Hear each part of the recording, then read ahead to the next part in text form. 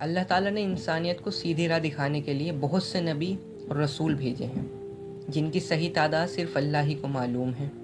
البتہ چند انبیاء کا ذکر اللہ نے قرآن مجید اور رسول صلی اللہ علیہ وسلم نے حدیث میں کیا ہے۔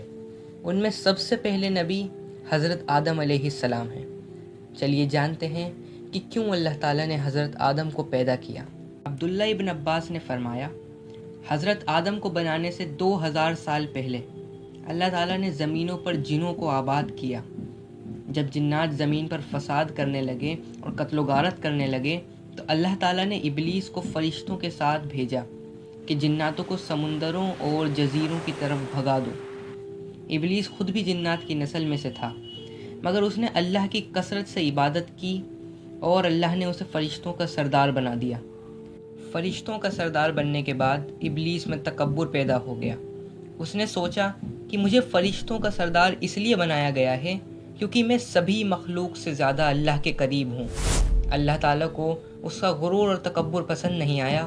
اسی وقت اللہ تعالیٰ نے ایک نئی مخلوق یعنی اشرف مخلوقات کو پیدا کرنے کا اظہار فرما دیا، جو زمین میں اللہ تعالیٰ کی نیابت قائم کرے۔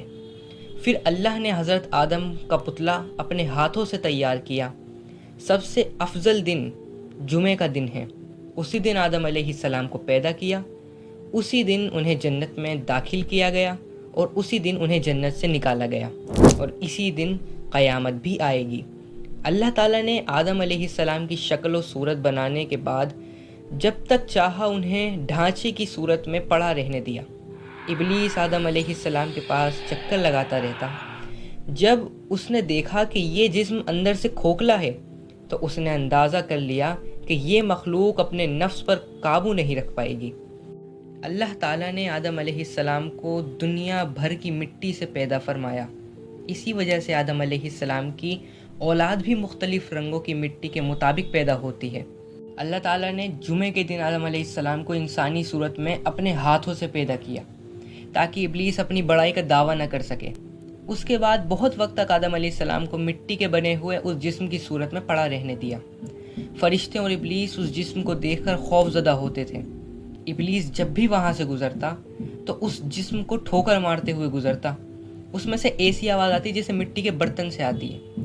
جب ہی ابلیس کہتا تھا کہ اللہ تعالیٰ نے انسان کو ٹھیکرے جیسی بجنے والی مٹی سے پیدا کیا، اور فرشتوں سے کہنے لگا، اس سے مت ڈرو، یہ تو اندر سے بالکل کھوکھلا ہے، اگر مجھے اس پر قابو پانے کا موقع ملا تو میں اسے ضرور گمراہ کروں گا۔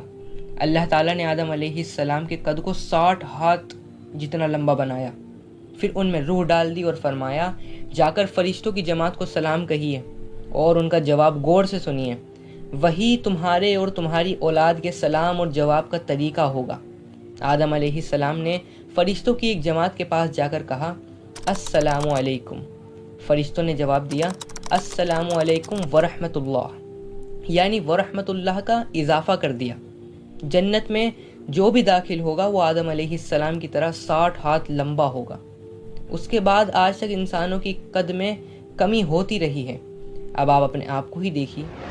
یہ تھا آدم علیہ السلام کی پیدائش کا واقعہ۔